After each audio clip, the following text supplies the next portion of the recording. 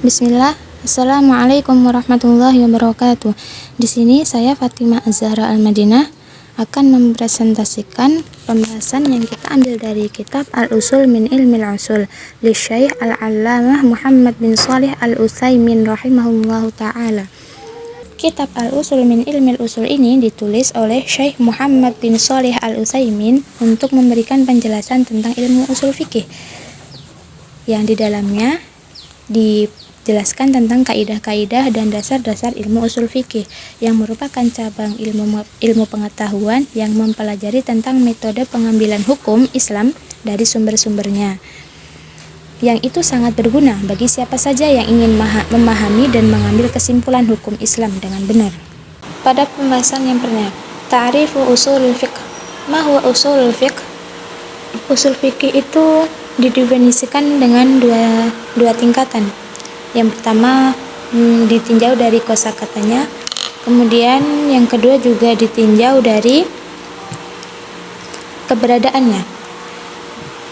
Usul fiqh ditinjau dari kosakatanya, yaitu terbagi menjadi berasal dari dua kata, yaitu al-usul dan al-fiqh. Ma huwal usul? Usul adalah bentuk jamak dari al-asl, yaitu apa yang dibangun di atasnya yang selainnya,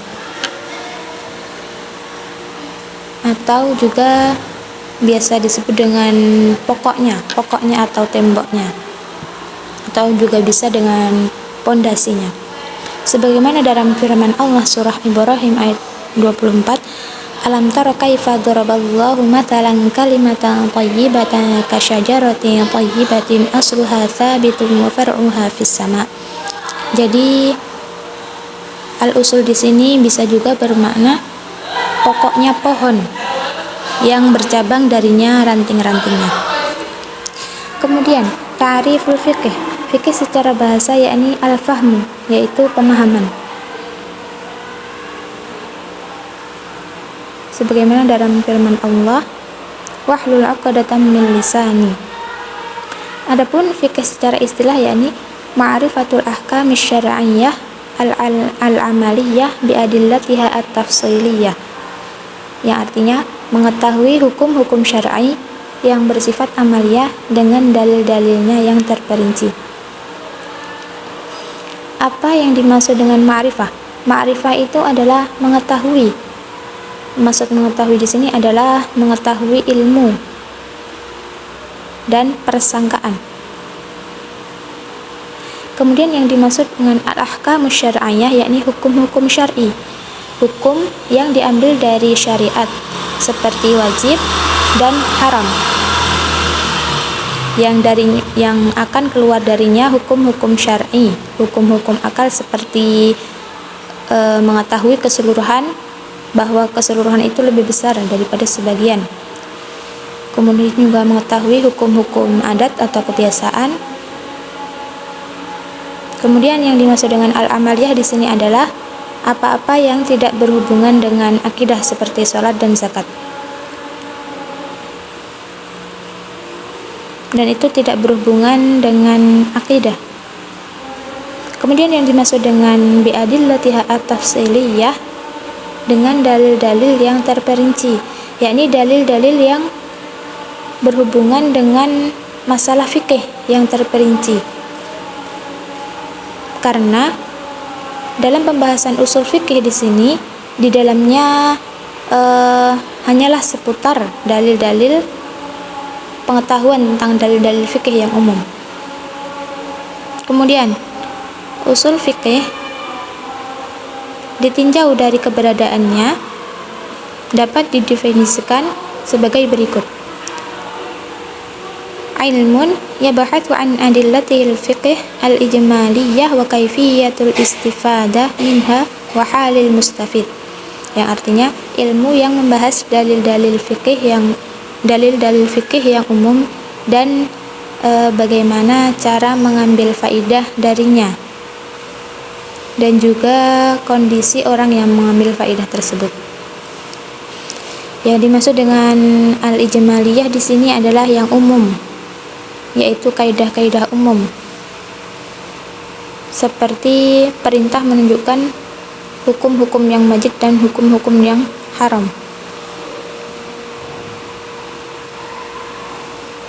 Kemudian yang dimaksud dengan wa kaifiyatul istifadah minha, bagaimana cara mengambil faidah darinya, yaitu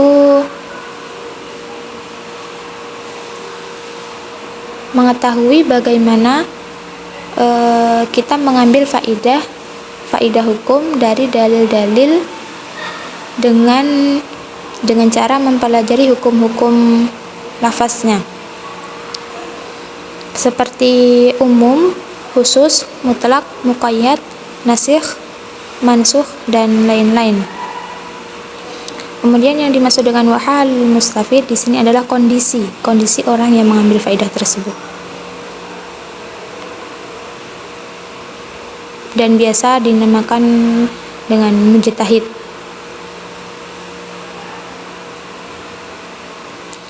Kemudian faidah usul fikih. Usul fikih adalah ilmu yang agung, yang sangat agung kedudukannya dan sangat penting, juga banyak sekali faidahnya. Di antara faidahnya adalah kokoh dalam menghasilkan kemampuan seseorang yang dengan kemampuan itu dia dapat mengeluarkan hukum-hukum syar'i dari dalil-dalil tersebut dengan landasan yang sahih ya atau sihah. Di antara orang yang pertama kali mengumpulkannya yaitu adalah ada Imam Syafi'i, Muhammad bin Idris rahimahullah. Kemudian ada para ulama sesudahnya yang mengikutinya, dan juga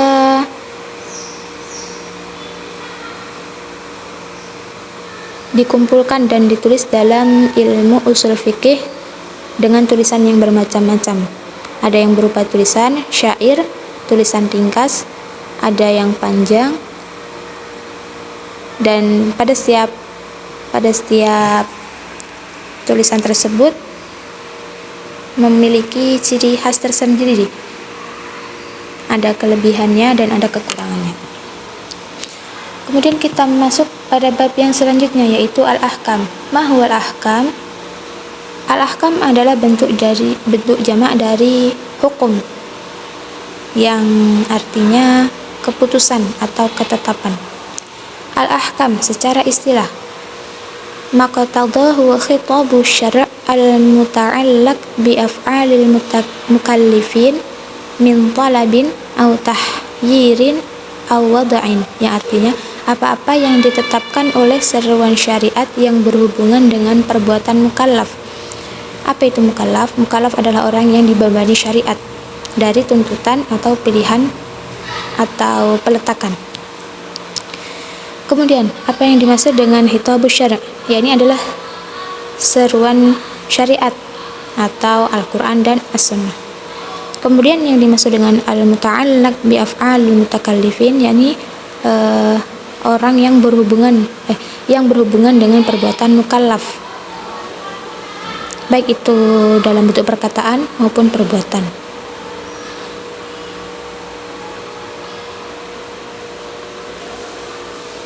Dan tentu saja itu tidak berhubungan dengan akidah. Kemudian yang dimaksud dengan mukallifin,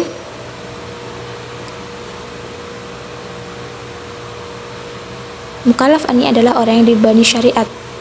Kemudian yang dimaksud dengan min talabin, dari tuntutan, yaitu adalah dalam bentuk perintah atau larangan yang merupakan suatu keharusan atau keutamaan.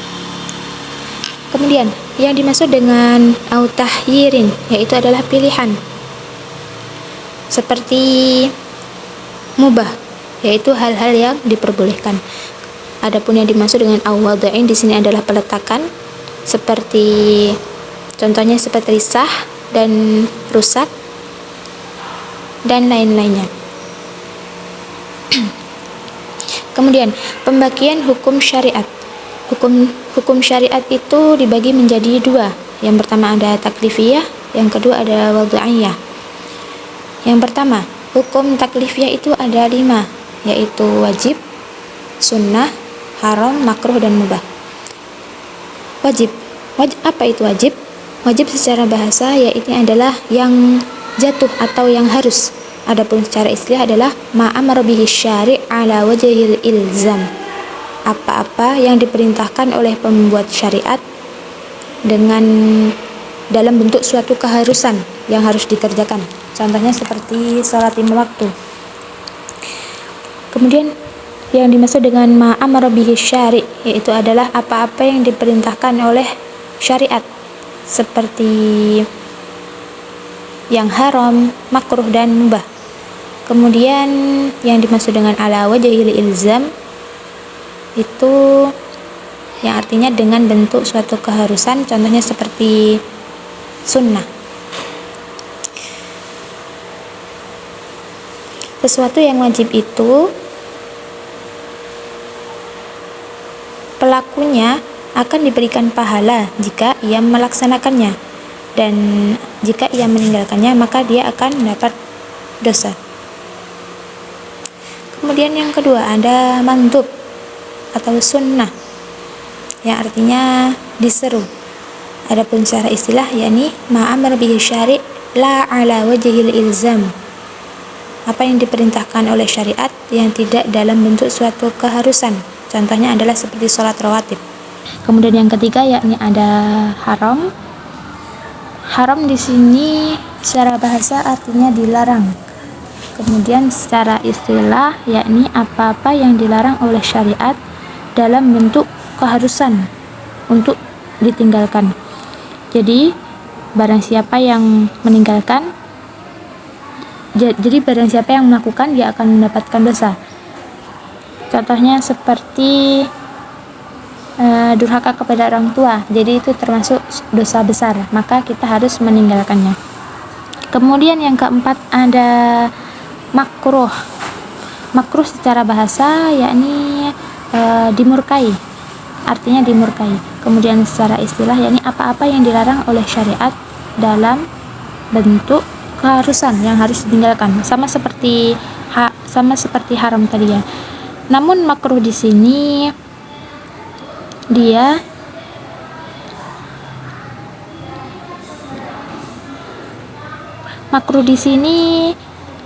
contohnya seperti seseorang yang mengambil sesuatu atau memberikan suatu barang kepada orang lain dengan tangan kiri. Jadi itu gimana ya? Jika kita melakukannya mungkin bukan termasuk dosa, namun itu tidak baik, maka hukumnya makruh. Jadi kita akan lebih baiknya untuk tidak mengerjakannya. Kemudian yang terakhir yakni ada mubah. Secara bahasa mubah yakni artinya dibolehkan, diizinkan. Kemudian secara istilah yakni apa-apa yang tidak berhubungan dengan suatu perintah dan larangan secara asalnya. Contohnya seperti makan pada malam di bulan Ramadan. Kemudian pembagian al-ahkam yang kedua yakni ada al-ahkam wad'iyah. Al-ahkam wad'iyah di sini terbagi menjadi 2. Yang pertama ada as-sahih atau sah. Kemudian yang kedua ada al-fasad atau rusak. Yang pertama as-sahih. As-sahih yakni secara bahasa yang dapat diartikan sebagai yang selamat dari penyakit. Kemudian secara istilah yakni apa-apa yang pengaruh perbuatannya itu akan berakibat padanya, akan kembali kepadanya, baik itu dalam bentuk ibadah maupun akad.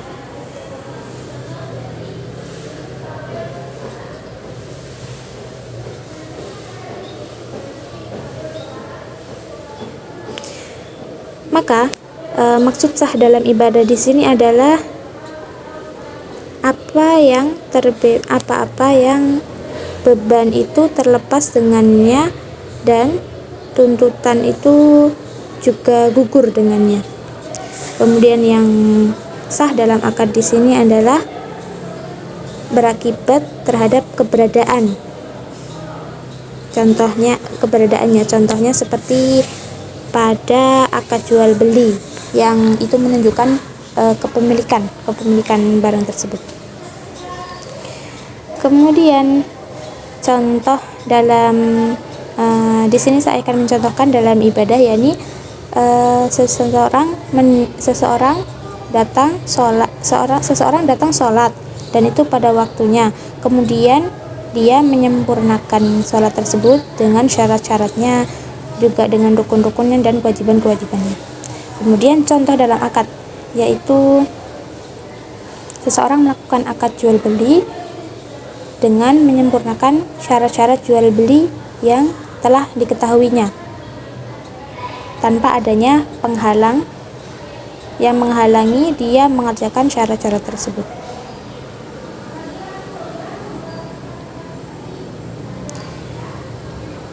Kemudian contoh hilangnya syarat dalam ibadah di atas itu adalah seseorang sholat tapi tidak bersuci.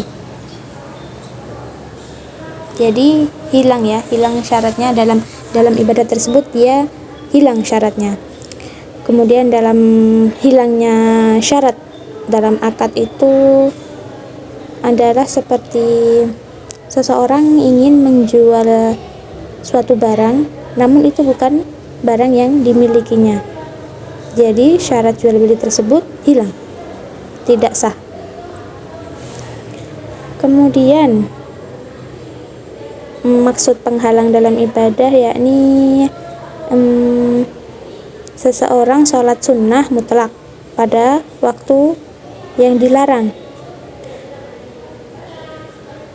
Jadi ada waktu-waktu yang dilarang seseorang untuk melakukan sholat sunnah dan dia mengerjakannya, maka adanya penghalang dalam satu ibadah tersebut. Kemudian adanya penghalang dalam akad, yakni seseorang itu menjual sesuatu kepada orang lain dalam sholat Jumat misalnya. Nah, sesudah azan Jumat itu yang kedua dari sisi itu tidak diperbolehkan, maka dari itu adanya penghalang dalam akad jual beli tersebut. Kemudian kita masuk pada poin nomor 2, yakni al-fasad, yaitu rusak. Secara bahasa yakni artinya yang pergi atau hilang. Kemudian secara istilah yakni adalah apa-apa yang pengaruh dari perbuatannya tersebut tidak berakibat kepada pelakunya, baik dalam ibadah maupun akad. Contoh fasad dalam ibadah yakni adalah beban apa-apa yang tidak terlepas dengannya dan tuntutan itu tidak dijatuhkan kepadanya, seperti sholat sebelum waktunya. Adapun fasad dalam akad yaitu apa-apa yang pengaruh akad tersebut tidak berakibat padanya, tidak berdampak pada pelakunya, seperti menjual suatu barang yang belum ditentukan. Maka semua ibadah maupun akad yang rusak tersebut, yang rusak syarat-syaratnya tersebut, hukumnya adalah haram, karena yang demikian itu adalah termasuk melampaui batasan-batasan Allah dan juga dapat menjadikan ayat-ayatnya sebagai olok-olokan.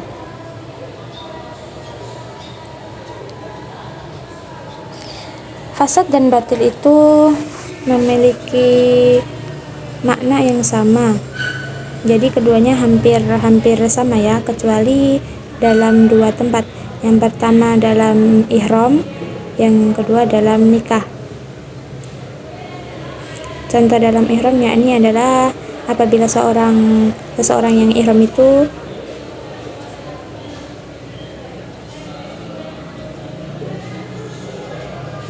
mendatangi istrinya sebelum tahalul awal, itu adalah fasad. Kemudian yang batil itu adalah apabila seseorang murtad dari Islam. Kemudian dalam nikah termasuk fasad adalah seperti seseorang yang menikah tanpa wali. Adapun yang batil di sini adalah seperti menikahi seorang wanita yang masih dalam masa iddahnya. Kemudian kita masuk ke bab selanjutnya, yakni adalah al-ilmu. Al-ilmu yaitu adalah idraku syai' ala ma huwa alaihi idrakan jaziman, yang artinya mengetahui sesuatu sesuai dengan apa adanya dengan suatu kepastian atau keyakinan.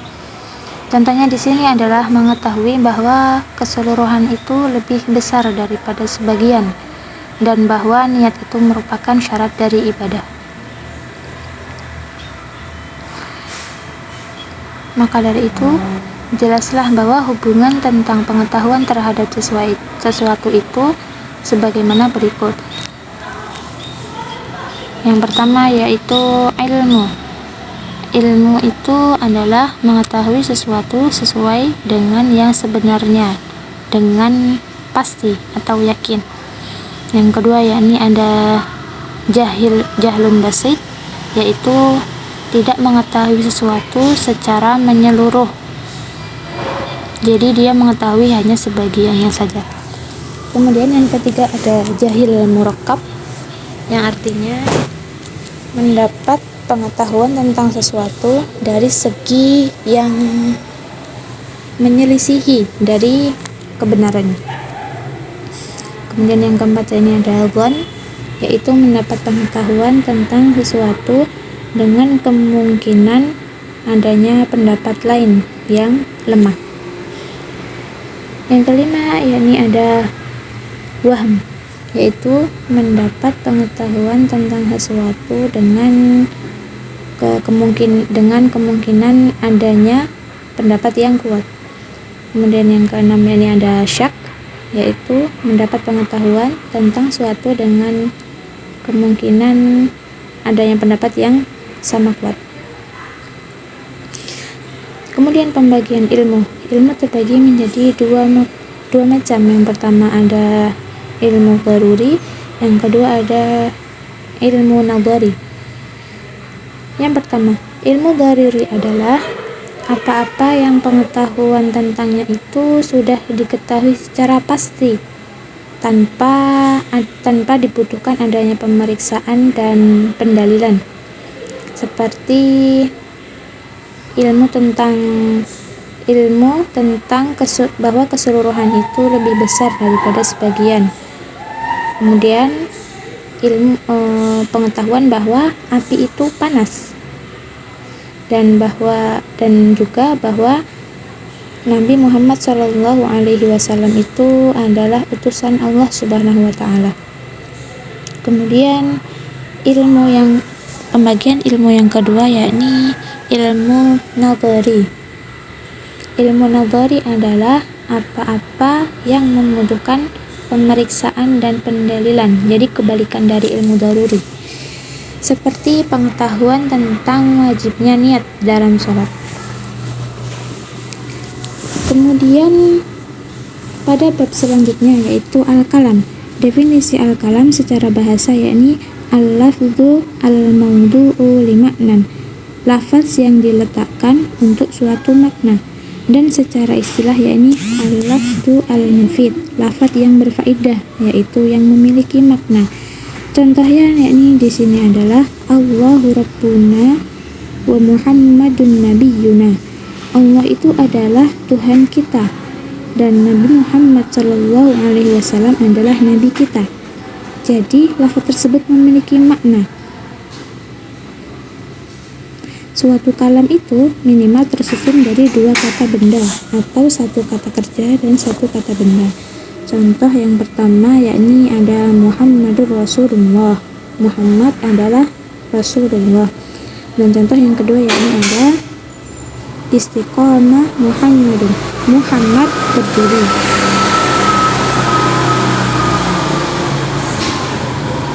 Dan satu bagian dari kalam itu disebut kata apabila lafaz itu diletakkan untuk suatu makna tunggal, yaitu kadang-kadang berupa kata benda atau isim, kemudian ada kata kerja atau fi'il, dan yang terakhir ada huruf. Yang pertama, kata benda isim. Ma dalla ala ma'nan fi nafsihi min ghairi isy'arin bi zamanin. Apa-apa yang menunjukkan makna pada dirinya sendiri dengan tidak menunjukkan waktu tertentu. Isim itu terbagi menjadi 3. Yang pertama yakni yang menunjukkan keumuman, contohnya seperti kata sambung. Kemudian yang kedua yakni yang menunjukkan kemutlakannya seperti nakirah. Kemudian yang ketiga yakni apa yang menunjukkan kekhususannya, contohnya nama orang. Kemudian kata kerja fi'il. Ma dalla ala ma'nan fi nafsihi wa asy'ara bi hay'atihi bi ahadil azminati tsalatsa. Apa-apa yang menunjukkan makna pada dirinya sendiri dan keadaannya menunjukkan salah satu dari 3 waktu, yaitu ada fi'il madhi atau kata kerja lampau, kemudian ada fi'il mudhari atau yang sedang atau akan terjadi, yang terakhir ada fi'il amr, kata perintah. Kemudian ada huruf. Ma huwal huruf? Huwa ma dalla ala ma'nan fi ghairihi, yaitu apa-apa yang menunjukkan makna pada yang selainnya. Di antaranya ada al-waw, al-fa, keduanya itu datang sebagai ataf atau penyambung. Kemudian ada as-salamul jarrah yang memiliki beberapa makna, yaitu sebab, kepemilikan, dan kebolehan. Kemudian yang terakhir ada alal jarrah yang itu bermakna wajib. Kemudian aqsamul kalam, jenis-jenis kalam. Kalam itu terbagi menjadi 2 macam. Yang pertama dalam bentuk khobar atau berita, yang kedua dalam bentuk insya. Bentuk yang pertama yaitu al-khobar, berita. Ma huwa ma yumkinu an yusafu bis-sidqi awil kadhibi lidzatihi, yaitu kalam yang mungkin disifati dengan kebenaran atau kedustaan pada asalnya. Yang pertama yang tidak mungkin disifati dengan kedustaan, yaitu seperti khobar yang datang dari Allah dan Rasulnya yang telah sahih darinya. Kemudian yang kedua yang tidak mungkin disifati dengan kebenaran, yaitu seperti khobar tentang sesuatu yang mustahil secara syar'i maupun akal. Kemudian yang ketiga yaitu ada khobar yang mungkin disifati dengan benar dan juga dusta, baik dengan kemungkinan yang sama atau dengan merajihkan, membenarkan menguatkan salah satunya, seperti khobar hal-hal yang gaib atau semisalnya.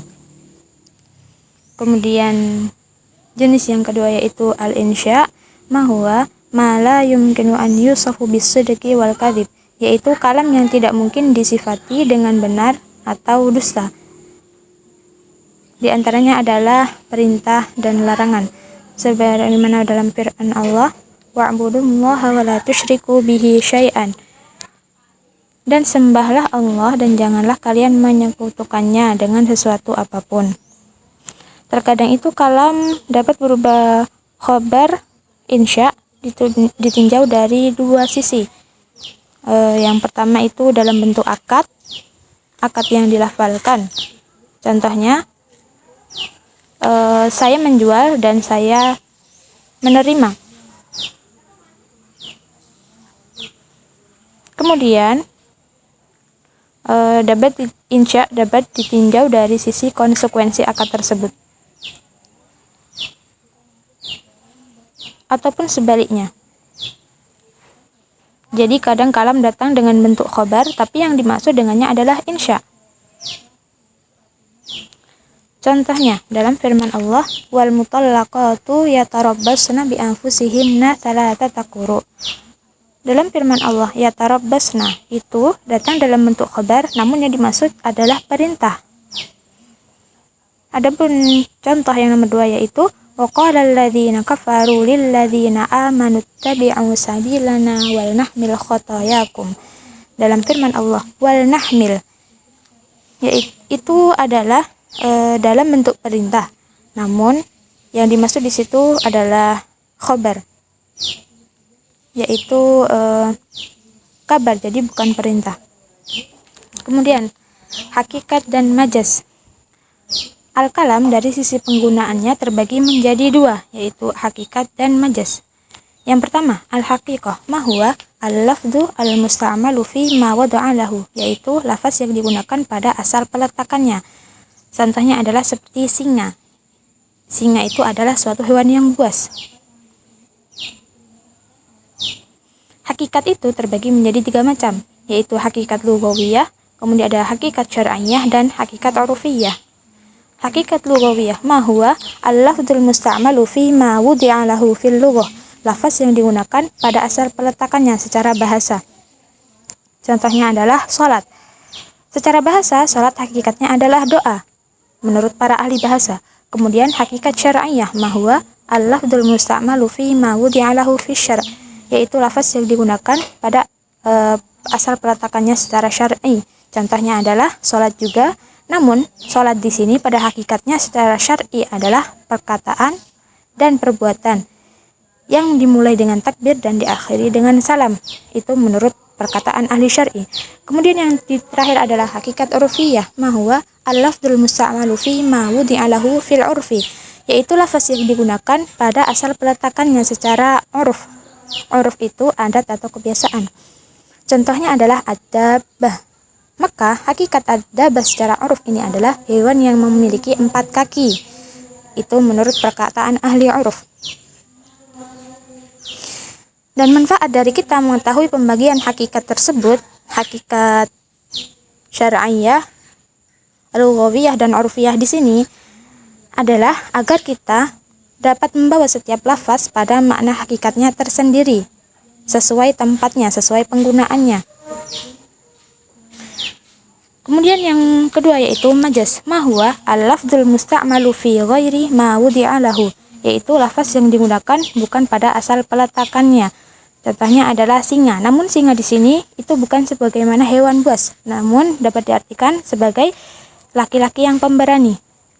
Namun tidak boleh membawa lafaz pada makna majaznya kecuali dengan dalil yang sahih yang menghalangi lafaz tersebut dari maksud yang sebenarnya, dan ini dinamakan dengan ilmu bayan sebagai dinamakan dalam ilmu bayan sebagai qarinah atau penguat. Disyaratkan benarnya penggunaan lafaz pada majaznya itu dengan adanya kesatuan antara makna secara hakiki dengan makna yang majazi agar pengungkapannya itu benar.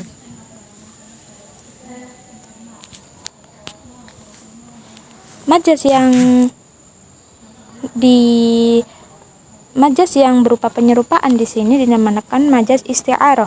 Kemudian majaz yang terdapat dalam kata dinamakan majaz mursal. Kemudian majaz dalam penyandarannya itu dinamakan majaz aqli. At-tanbih, yaitu peringatan. Pembagian kalam menjadi hakikat dan majaz adalah masyhur di kalangan sebagian besar para mutaakhirin dalam Al-Quran dan selainnya. Para ahli ilmu ada yang mengatakan tidak ada majaz dalam Al-Quran, namun sebagian yang lain ada yang mengatakan bahwa majaz terdapat dalam Al-Quran dan ada juga pada yang selain Al-Quran. Namun Syekhul Islam Ibnu Taimiyah dan muridnya Ibnul Qayyim itu menjelaskan bahwa istilah tersebut muncul setelah berlalunya 3 masa utama, dan pendapat yang akhir ini dikuatkan dengan dalil-dalil yang sangat kuat dan banyak, dan itu merupakan pendapat yang benar. Pembahasan yang selanjutnya yaitu adalah al-amru, perintah. Ma huwal amru? Huwa qaulun yatadhammanu talabul fi'li ala wajhil isti'la, yaitu perkataan yang mengandung permintaan untuk dilakukannya suatu perbuatan dalam bentuk isti'la, yakni dari yang derajatnya lebih tinggi pada derajatnya yang lebih rendah. Bentuk-bentuk perintah ada 4. Yang pertama yaitu fi'il amr, sebagaimana dalam firman Allah, "Utslu ma uhiya ilaika minal kitab." Utslu di sini adalah fi'il amr. Kemudian yang bentuk kedua yaitu adalah isim fi'il amr.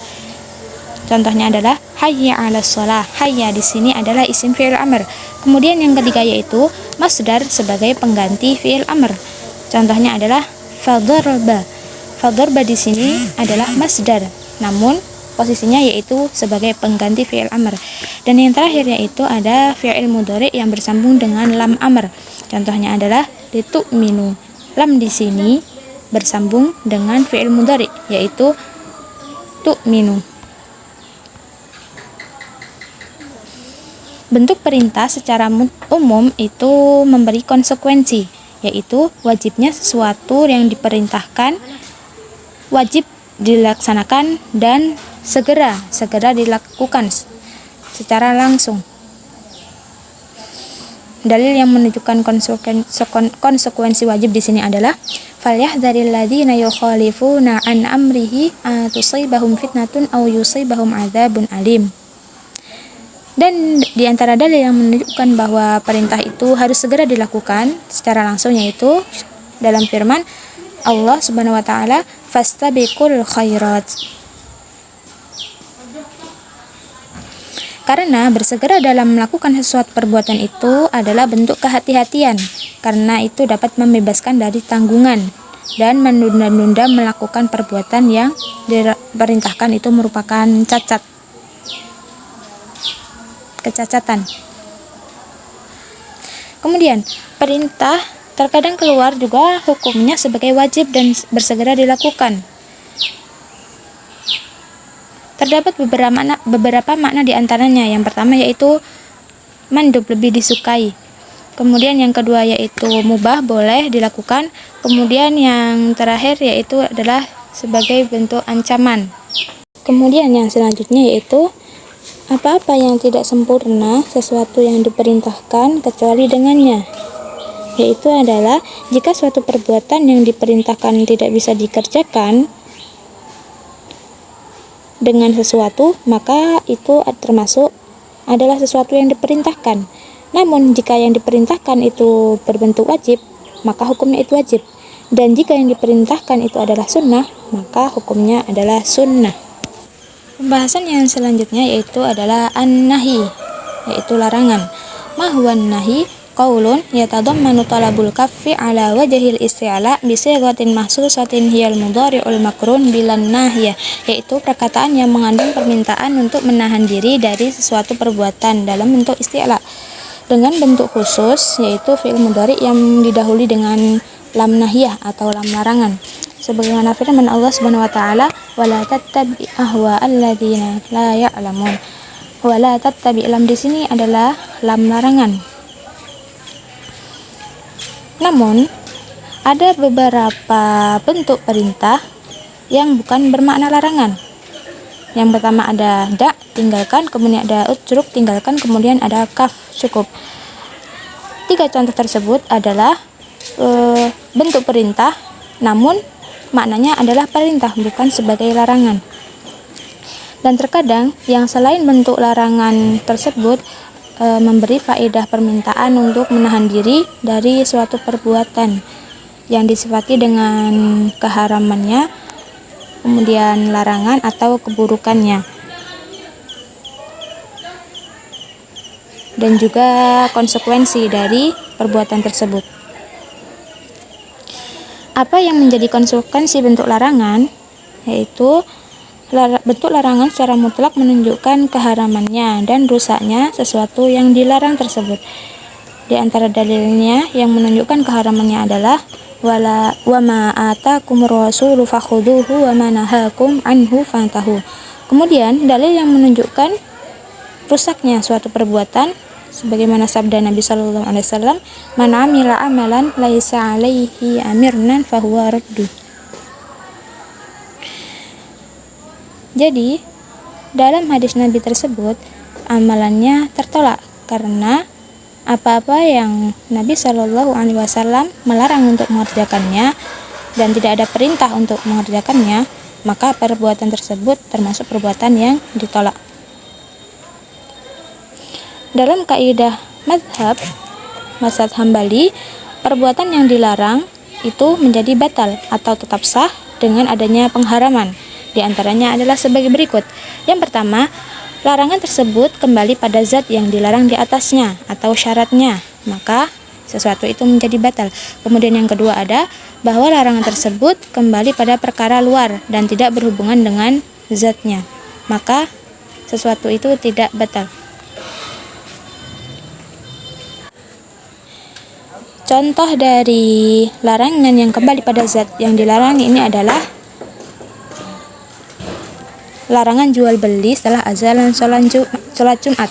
Kemudian larangan yang tidak kembali pada zatnya tersebut adalah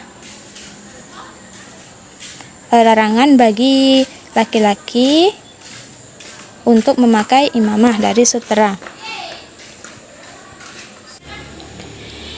Yang selanjutnya, terkadang suatu larangan itu keluar dari hukum haram kepada hukum yang lain dengan dalil-dalil yang ada, di antaranya adalah yang pertama makruh.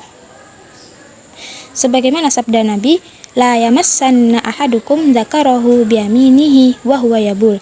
Kemudian yang kedua adalah sebagai arahan. Sebagaimana sabda Nabi kepada Muaz, janganlah kamu meninggalkan perkataan ini pada setiap akhir salat. Perkataan di sini adalah yang bunyi Allahumma inni ala dzikrika wa syukrika wa husni ibadatik. Kemudian orang yang masuk dalam pembicaraan perintah dan larangan tersebut adalah orang yang telah balik dan berakal. Adapun selainnya maka ia tidak diwajibkan untuk melaksanakan perintah maupun larangan tersebut. Kemudian taklif di sini itu juga mencakup perintah dan larangan bagi orang-orang kafir. Jadi tidak hanya orang Islam saja. Namun orang kafir tidak sah perbuatannya jika ia melakukan dalam disebabkan kekafirannya. Dan jika ia masuk Islam maka ia diperintahkan untuk mengkodoknya. Kemudian ada penghalang-penghalang taklif. Taklif memiliki penghalang-penghalang, di antaranya adalah al-jahlu, kebodohan, kemudian an-nisyan, lupa, kemudian al-ikrahu, keterpaksaan. Yang pertama, kebodohan. Kebodohan adalah tidak adanya ilmu yang ia punyai. Maka jika ia melakukan suatu perbuatan yang haram karena ia tidak tahu tentang keharamannya, maka ia tidak berdosa. Kemudian yang kedua, an-nisyan adalah lalainya hati terhadap sesuatu yang diketahui. Jika ia melaksanakan perbuatan yang haram namun ia lupa, maka ia tidak berdosa. Sebagaimana sabda Nabi Shallallahu Alaihi Wasallam, "Man nasiya sholatan falyusalliha idza dzakaraha." Barang siapa yang lupa mengerjakan sholat, maka hendaknya ia mengerjakan ketika ia mengingatnya. Kemudian yang terakhir yaitu adalah al-ikrah, keterpaksaan. Dipaksanya seseorang di sini untuk mengerjakan sesuatu yang tidak diinginkan atau yang haram. Maka jika ia melaksanakannya, ia tidak berdosa karena ia terpaksa. Masuk pada pembahasan yang selanjutnya yaitu adalah al-am, yaitu umum. Definisinya, al-am secara bahasa yaitu adalah asyamil, yang mencakup. Kemudian secara istilah yakni al-lafdzul mustaghriqu li jami'i ifradihi bila hasrin, lafaz yang mencakup untuk semua anggotanya tanpa ada pembatasan. Contohnya adalah innal abrara lafi na'im, sesungguhnya orang-orang yang banyak berbakti mereka benar-benar berada dalam surga yang penuh dengan kenikmatan. Kemudian ada bentuk-bentuk umum, sighatul umum. Ada 7. Yang pertama, apa-apa yang menunjukkan atas keumumannya dengan alat-alatnya. Contohnya adalah kul, kemudian ada jami', kemudian ada kafah, kemudian ada qatibah, kemudian ada ammah. Sebagaimana firman Allah, inna kulla syai'in khalaqnahu biqadar. Sesungguhnya segala sesuatu itu kami ciptakan menurut ukuran, sesuai dengan ukurannya. Kemudian bentuk umum yang kedua yaitu adalah asma'ul syarat, kata-kata syarat. Salah satu contohnya yaitu adalah firman Allah, man amila salihan fali nafsihi. Barang siapa yang mengerjakan amal soleh, maka itu adalah untuk dirinya sendiri. Kemudian bentuk yang ketiga yaitu ada asma'ul istifham, kata-kata pertanyaan. Salah satu contohnya dalam firman Allah Subhanahu wa taala adalah faman ya'tikum bima'in ma'in. Maka siapakah yang akan mendatangkan air yang mengalir bagimu? Kemudian bentuk yang keempat yaitu adalah asma'ul mausulah, kata-kata sambung. Sebagaimana dalam firman Allah, walladzi jaa'a bis-sidqi wa saddaqa bihi ulaika humul muttaqun. Dan orang yang membawa kebenaran dan membenarkannya, maka mereka itulah orang-orang yang bertakwa. Kemudian bentuk yang keenam yaitu adalah yang dimakrifatkan dengan idhofah, baik dalam bentuk tunggal maupun jamak. Sebagaimana firman Allah, wadhkuru ni'matallahi 'alaikum. Dan yang terakhir yaitu bentuk yang terakhir adalah yang dimakrifatkan dengan alif lam al-istighraqiyah, baik dalam bentuk tunggal maupun jamak. Sebagaimana firman Allah, wa khuliqal insanu dha'ifa, dan manusia itu dijadikan bersifat lemah. Kemudian beramal dengan dalil yang umum. Wajibnya beramal dengan dalil-dalil yang umum sampai adanya dalil sahih yang mengkhususkannya. Karena beramal dengan ayat-ayat Al-Quran maupun Sunnah itu adalah wajib sampai adanya dalil yang menyelisihinya. Dalam pembahasan yang terakhir yaitu al-khas, khusus. Definisinya, khusus secara bahasa yaitu adalah diddul am, lawan dari umum. Adapun secara istilahnya yaitu adalah al-lafdu ad-dalu 'alal makhsurin bi syakhsin aw adadin ka asma'il a'lam wal isyarati wal adadi, yaitu suatu lafaz yang menunjukkan atas sesuatu yang terbatas dengan orang tertentu atau bilangan tertentu, seperti nama-nama, kemudian isyarat dan jumlah. Dalil taksis ada 2 macam. Yang pertama yaitu muttasil, yang kedua adalah munfasil. Muttasil yaitu bersambung, adalah yang tidak bisa berdiri sendiri. Kemudian yang kedua yaitu adalah munfasil, yang terpisah, jadi dia bisa berdiri sendiri. Di antara mukhassis muttasil yaitu adalah yang pertama pengecualian atau al-istitsna, yang secara bahasa artinya berasal dari kata at-tani, yaitu mengembalikan sebagian dari sesuatu kepada sebagian yang lain. Secara istilah yaitu adalah yakhraju ba'da ifradil am bi illa au ihda akhwatiha, yaitu mengeluarkan sebagian anggota sesuatu yang umum dengan kata illa atau salah satu saudaranya. Contohnya adalah dalam firman Allah Subhanahu wa taala, innal insana lafi khusr.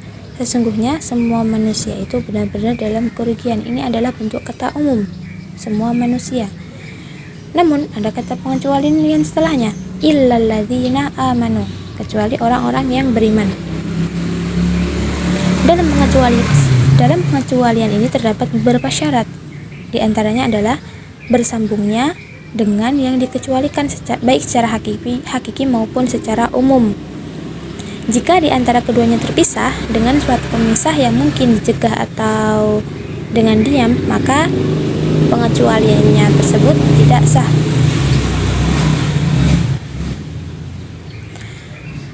Kemudian syarat dari istitsna itu adalah yang dikecualikan tidak lebih banyak dari setengah yang dikecualikan darinya. Karena jika jika yang dikecualikan itu semuanya, maka tidak sah berdasarkan 2 pendapat tadi. Kemudian Yang kedua yaitu selain istisna, yang kedua ada asyartu, yaitu syarat, yang secara bahasa artinya adalah tanda. Dan asyartu ini merupakan sebagai pengkhususan, baik yang diletakkan di depan maupun yang diletakkan di akhir. Contoh yang terletak di depan yaitu adalah firman Allah kepada orang-orang yang musyrik, fa in tabu wa aqamus sholata wa atawuz zakata fa khallu sabilahum. Kemudian contoh yang diakhirkan dalam firman Allah yaitu walladzina yabtaghuna kitaba mimma malakat aymanukum fakatibuhum in alimtum fihim khaira.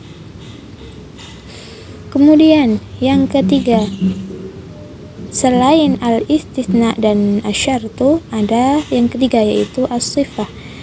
Sifat yaitu ma asy'ara bi ma'nan yahtassu bihi ba'du afradil 'am min na'at aw badalin aw hal, yaitu yang memberikan kesan suatu makna yang menjadi khusus dengannya itu sebagian anggota yang umum dari na'at, badal maupun hal.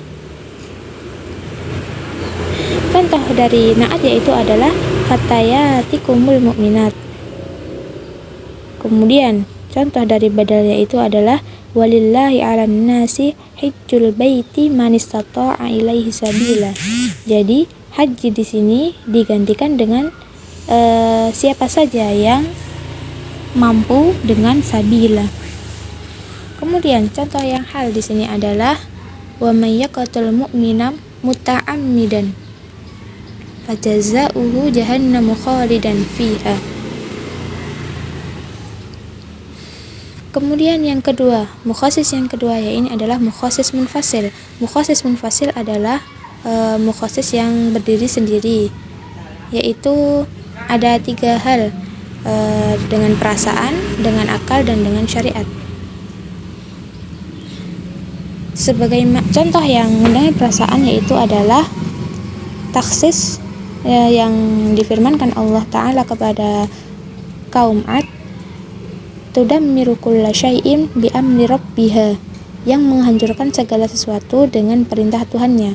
Maka perasaan yang ada itu menunjukkan bahwa angin tersebut tidak menghancurkan semuanya, tidak menghancurkan langit dan bumi, namun hanya menghancurkan sebagian dari ruang lingkup yang diduduki oleh kaum Ad tersebut.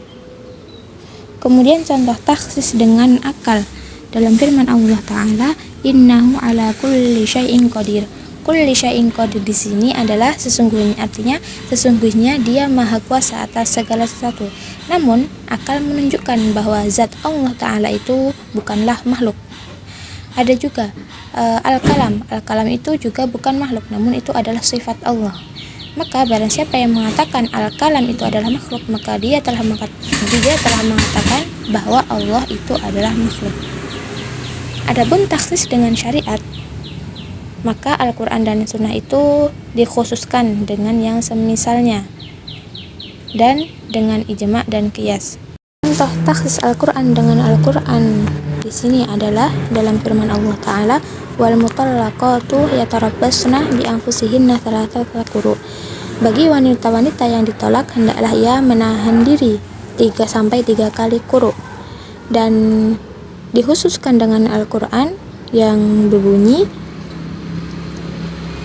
idza nakahtumul ya ayyuhalladzina amanu idza nakahtumul mu'minat tsumma talaqtumuhunna min qabli an tamassuhunna fama lakum 'alaihinna min iddatin ta'tadunaha. Jadi ini dikhususkan bagi seseorang yang setelah dinikahi kemudian diceraikan sebelum digaulinya, maka ia tidak harus menunggu sampai 3 quru. Kemudian yang kedua, taksis Al-Quran dengan Sunnah yang berhubungan dengan warisan. Sebagaimana firman Allah, yusikumullahu fi auladikum lidzakari mithlu hadzil unthayain.